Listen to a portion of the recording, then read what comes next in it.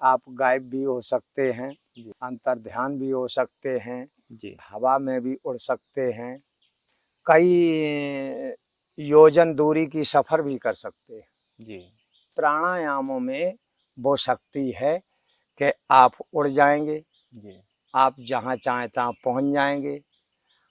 आप जो वाक्य बोल देंगे, जब आत्मज्ञान हो जाता है, जो वाक्य बोलेंगे वो सिद्ध हो जाता है, जी। तो वो पूरा हो जाता है। इसीलिए आपने देखा होगा कि आत्मज्ञानी संत कभी क्रोध नहीं करते, जी। कभी अहंकार नहीं करते, कभी लोभ नहीं करते, लालच नहीं करते, जी। उन्हें मोह नहीं होता, जी। और न ही वो किसी को अशब्द बोलते, न किसी को श्राप देते, न वो वरदान देते। जी। वरदान दे भी सकते लेकिन श्राप तो दे ही नहीं सकते, क्योंकि उन्हें पता है कि मेरा वाक्य पूरा हो जाएगा, जी। तो थोड़े से क्रोध में किसी का नुकसान हो जाएगा। जी। महाराज जी, आप सोते कब हैं? सोते होते नहीं है, खाली आराम करते हैं, तो हम बिस्तर ऐसा लगाते हैं जिसमें तो नींद नींद ना। पूरी कैसे होती है आपकी? वो हमारी आज से नहीं, 20 साल से ऐसी चल रही। अब तो हमें नहीं लगता कितने कि, देर टोटल आप सोते होंगे 24 घंटे में? ये तो मुझे पता ही नहीं लगता कि मैं कितने टाइम सोता हूँ। तो मतलब महाराज जी, आप निद्रा पे विजय प्राप्त कर चुके हैं। अब निद्रा पे विजय समझो चाहे कुछ भी समझो, लेकिन जो हमारे साथ में रहते इनसे भी आप पता कर सकते हैं जी। कि मुझे कोई सोते पकड़ नहीं पाता है।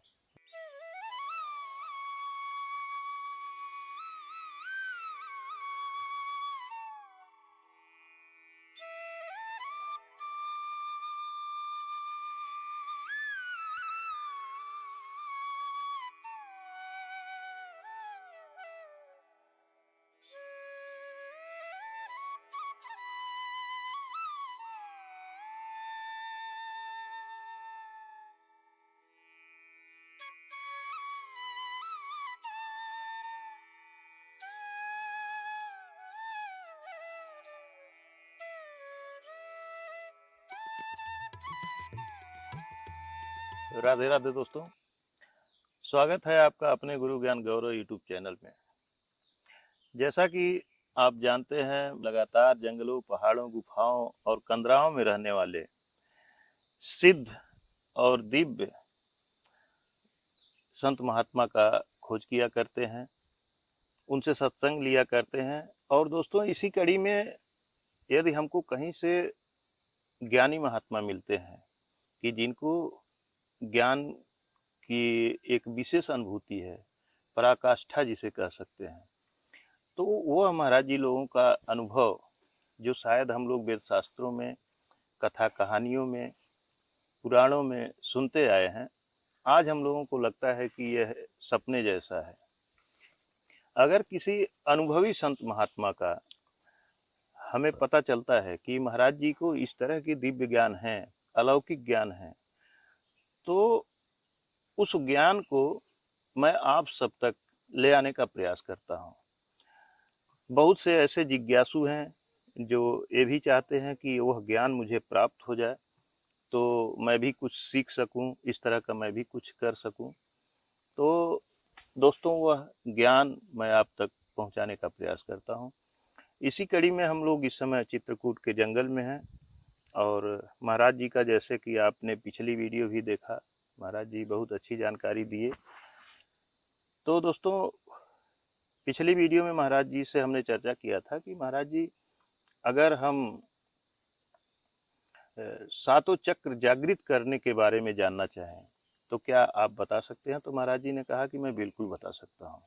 आप लोगों से मैंने ये भी कहा था कि अगर आप लोग कमेंट करते हैं सातों चक्र जागृत करने के लिए, तो वह वीडियो भी हम महाराज जी से आग्रह करेंगे, वीडियो बनाएंगे और आप तक पहुँचाएँगे। लेकिन उसमें समय लगेगा, क्योंकि वह विषय इतना लंबा हो जाएगा महाराज जी कि उसको कई पार्ट में, कई दिनों में लगातार हमें बनाना पड़ेगा। बिल्कुल बिल्कुल। और महाराज जी, हमारी भी एक मजबूरी है कि अगर लगातार एक ही महाराज जी की वीडियो हम बार बार डालते हैं तो लोग उतना हाँ, देखते नहीं हैं। नहीं देखते। तो सभी लोग चाहते हैं कि नए नए संत की वीडियो हमें देखने नहीं को मिले। देखने को मिले। तो इस नाते आज हम सातों चक्र पे तो चर्चा नहीं करेंगे।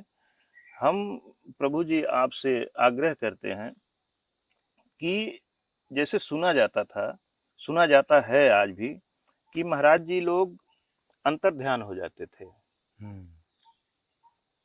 वृंदावन की कहानियाँ सुनने को मिलती हैं, हिमालय की कहानियाँ सुनने को मिलती हैं कि महात्मा हमको दिखाई दिए, और आज भी ऐसा होता है। हाँ, होता। लोग कहते हैं कि एक महाराज जी हमको दिखाई दिए, हमको आए, कुछ बताए और फिर वहाँ से गायब हो गए। मैं जीवन भर यह ढूंढ नहीं पा रहा हूँ, समझ नहीं पा रहा हूँ कि वो महाराज जी कहाँ चले गए, यह मेरे समझ से परे है। और यह बातें बहुत से लोगों के मुख से सुनने को मिलती हैं जी। तो प्रभु जी, यह अंतर ध्यान होने की विद्या क्या है? यह कौन सी विधि है? कैसे महाराज जी लोग अंतर ध्यान होते हैं?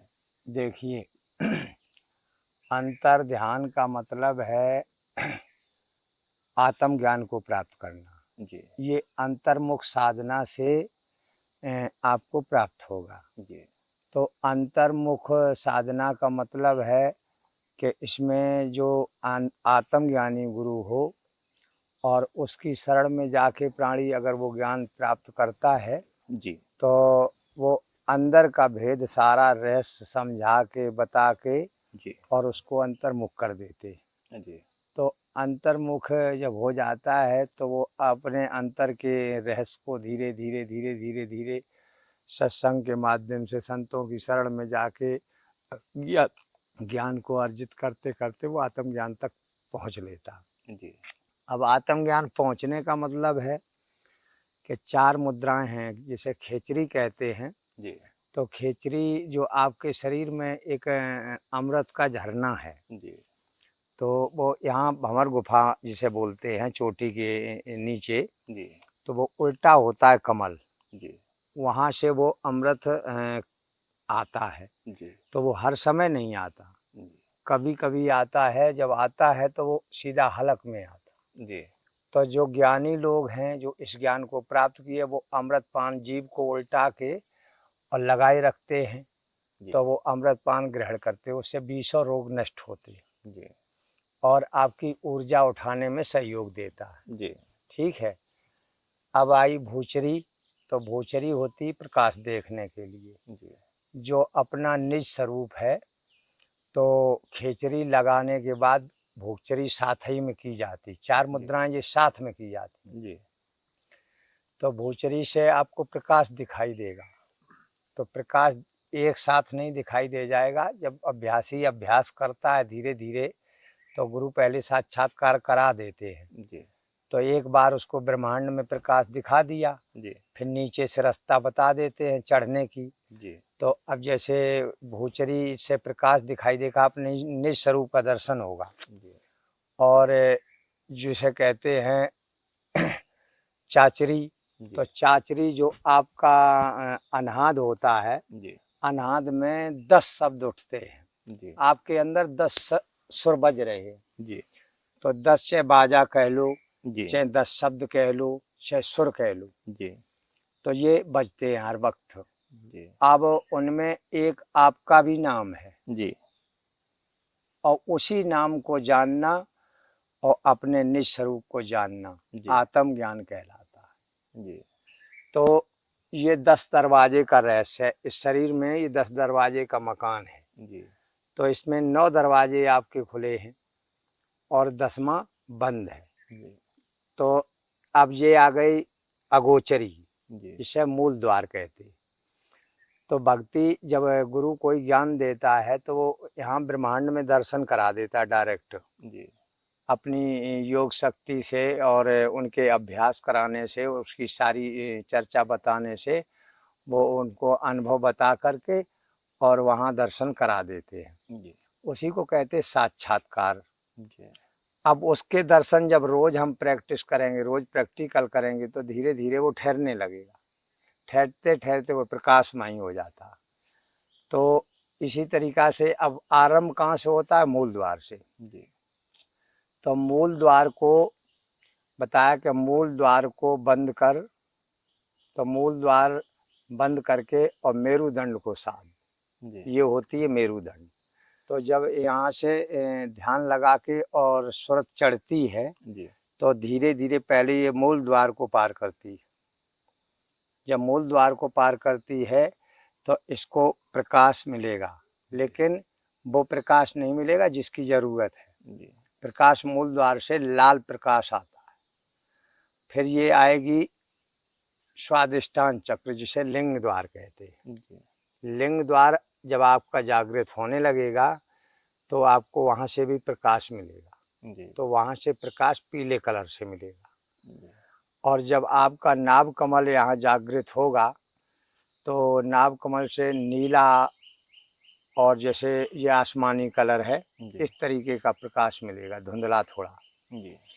और उसके बाद जब हृदय चक्र आपका जागृत होगा तो यहाँ से खूब भारी प्रकाश दिखाई देगा।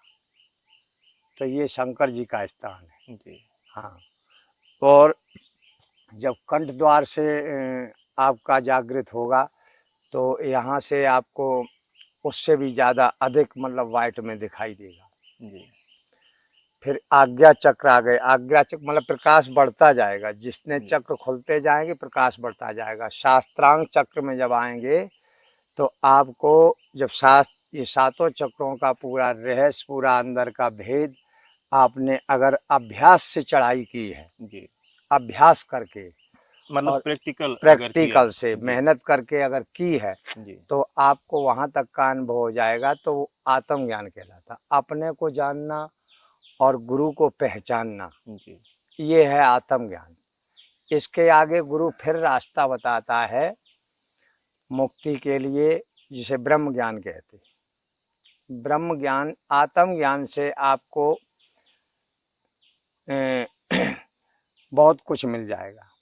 आत्मज्ञान में वो शक्ति होती है कि आप गायब भी हो सकते हैं और अंतर्ध्यान भी हो सकते हैं और हवा में भी उड़ सकते हैं और कई योजन दूरी की सफ़र भी कर सकते हैं क्षण मात्र में। हाँ, ऐसी शक्तियाँ हैं इसमें। तो अब यहाँ से आगे की जब यात्रा है तो आगे की यात्रा जैसे त्रिकुटी के बाद, शास्त्रांग के बाद त्रिकूट चक्र होता है। तो जब उसको पार करता है प्राणी तो यहाँ अनाद, नाद, जाप, अजपा ये सब छूट जाते। ना श्वास का भान होगा, ना आपको शरीर का भान होगा। फिर उसके ऊपर जाते शून्य में चले जाएंगे। और जब शून्य में जाता है प्राणी, जैसे निद्रा के समान हो जाए, तो शून्य में जब जाएगा तो वह प्रकाशमय हो जाएगा। उसके बाद महाशून्य को क्रॉस करेगा, तब उसे कहते, उसके बाद कहते ब्रह्मरेंद्र, जिसे भामर गुफा बोलते। तो उसको पार गुरु कराता है। वो अभ्यासी नहीं कर पाएगा, उसी को पार कराना कठिन काम होता है। और जब उसको पार करेगा तब सतलोक मिलेगा। तो आपके शरीर में ये सारे लोक हैं, लेकिन सतलोक से भी काम नहीं बनना। काम बनना उसके बाद मिलेगा अगम लोक, अलख लोक, अलख के बाद सतलोक, सतलोक के बाद अगम लोक, अगम लोक के बाद अनामी लोक, जहाँ से ये जीव आत्मा आई है। इतनी लंबी यात्रा है और बगैर आत्मज्ञान के कोई वहाँ तक नहीं पहुँच सकता। इसीलिए आत्मज्ञान के लिए सारी दुनिया फड़फड़ा रही। लेकिन आत्मज्ञान का मार्ग तो बहुत लोग पकड़े हैं, लेकिन विधि नहीं सबको मालूम।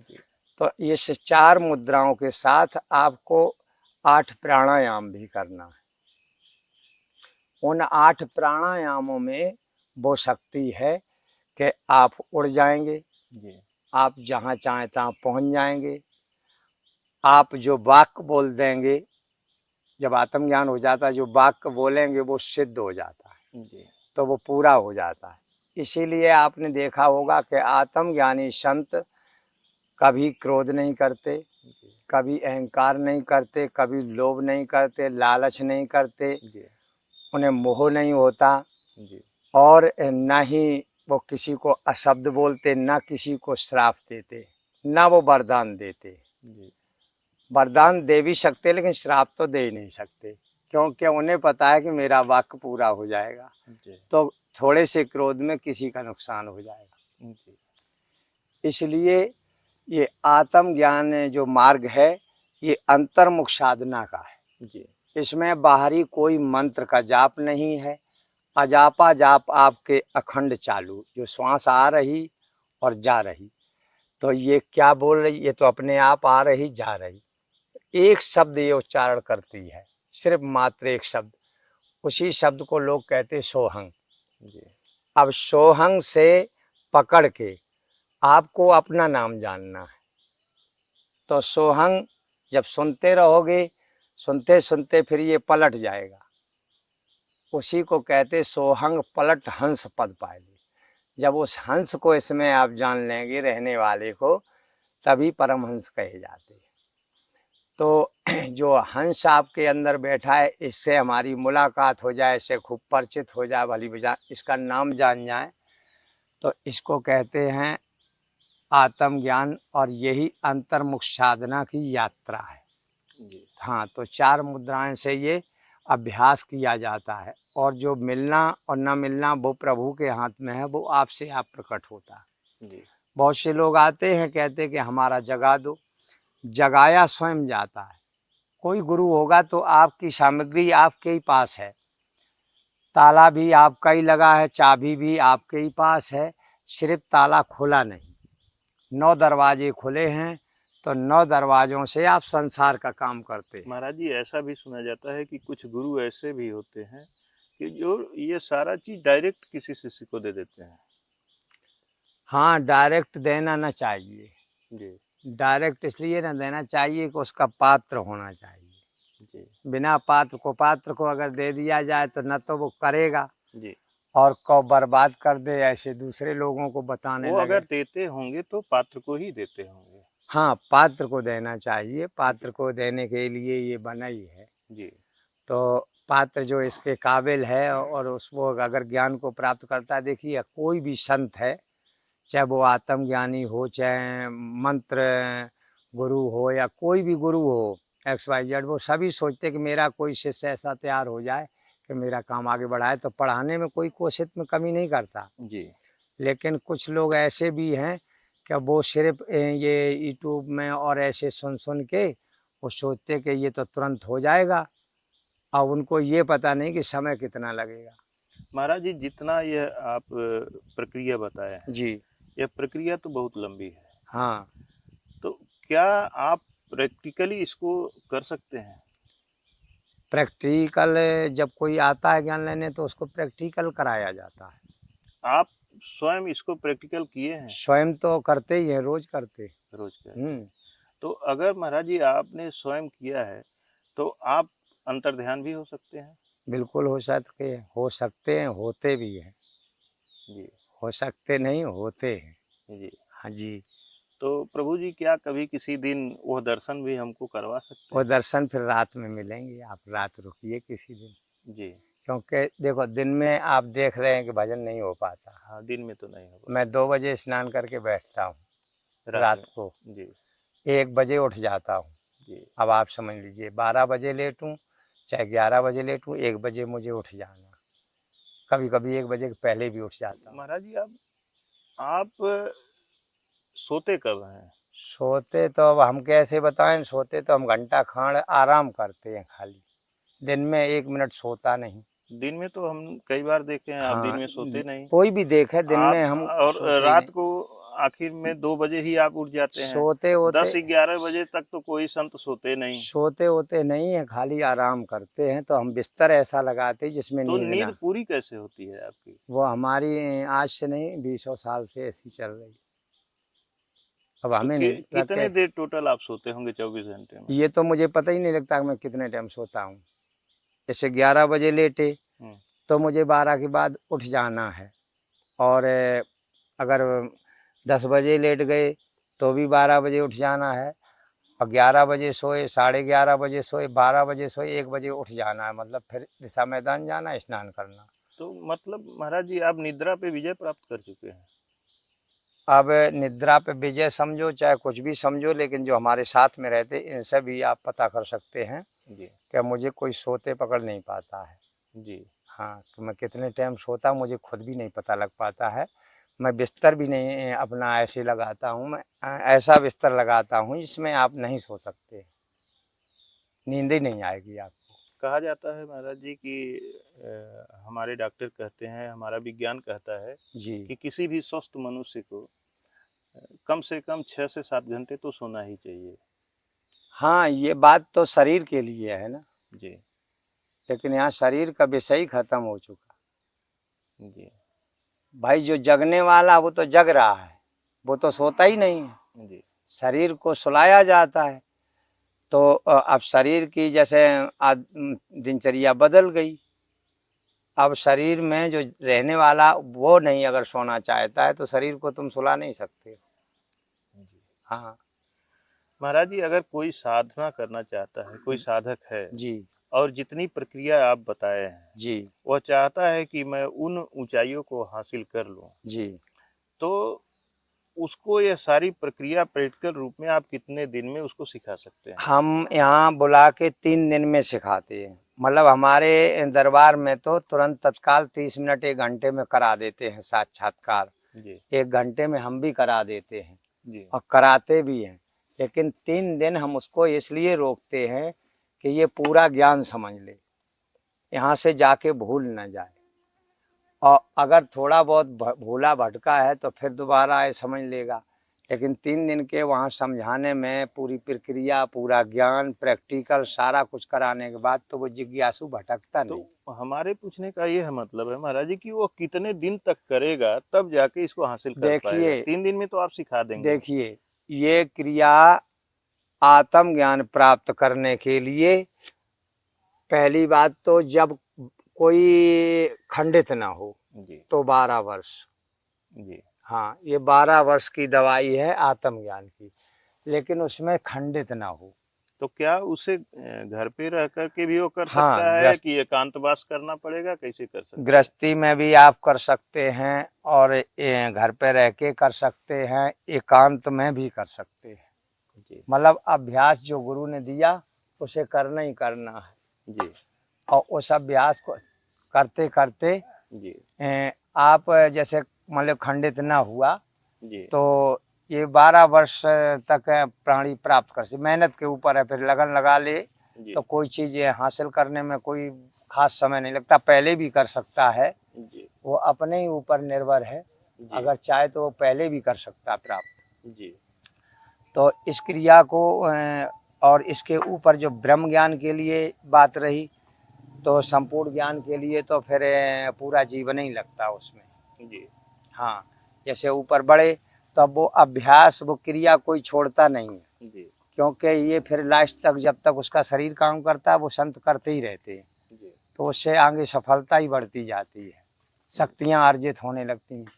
जब आत्मज्ञान हो जाता है तो कोई भी शक्ति आपसे वंचित नहीं जा सकती। जी, आप किसी भी शक्ति से आप काम ले सकते हैं जी, और किसी भी देवता के आप निराकार रूप में दर्शन चाहें जब कर सकते हैं। जी, हाँ, जिसका आह्वान करेंगे आपको निराकार में तुरंत दर्शन देगा। जी, ये शक्तियाँ हैं जी। जी।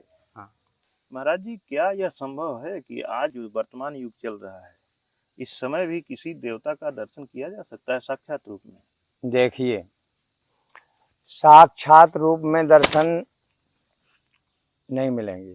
जी, ये झूठ वादा बहुत लोग करते, लेकिन मैं ऐसा नहीं करता। और निराकार में आपके पावर जब बन जाएंगे भक्ति में तो चाहे जिस देवता का आप पावर से अपनी शक्तियों से उनको आह्वान करके और दर्शन प्राप्त करेंगे। जी, और जैसे लोग कहते हैं कि साक्षात रूप में जिस शरीर में मैंने सुना है और देखा नहीं है, जी, जैसे कृष्ण को लोग कहते हैं कि मैं कृष्ण के दर्शन करना चाहता हूँ, तो शरीर उनने नहीं देखा है लेकिन फोटो देखी जी, है ना। राम को जो कहते हैं कि मैं राम के दर्शन पाना चाहता हूँ, साक्षात्कार पाना चाहता हूँ, तो उनने भी शरीर नहीं देखा है, जी, सिर्फ फोटो देखी है।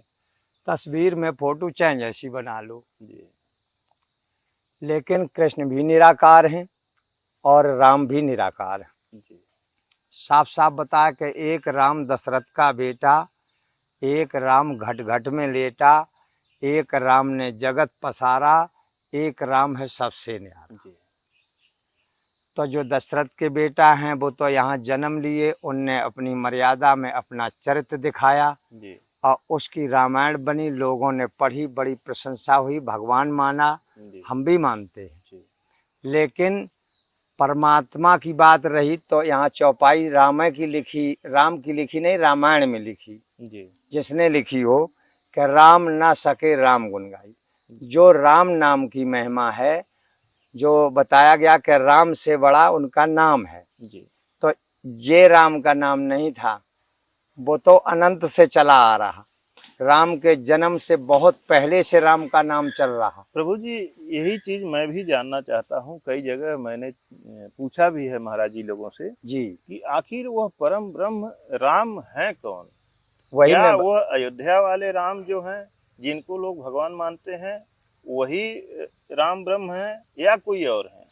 सुनो, देखो, तो अब विचार करिए कि राम ने भी ये कह दिया कि मतलब राम न सके राम गुण गाई, जी तो उस नाम की महिमा हृदय में है। जी हनुमत नाम हृदय में पकड़ो, जी हृदय में पकड़ो, साफ साफ लिखा है। जी लेकिन लोग पढ़ते हैं, उस पर अमल नहीं करते, क्योंकि बिना गुरु के अमल नहीं कर सकते। जी अखंड नाम का मतलब क्या है कि जिसका कभी खंड ना हो। जी तो अखंड नाम वही है जी जो निरंतर चालू रहता, जी तो वो राम नाम है।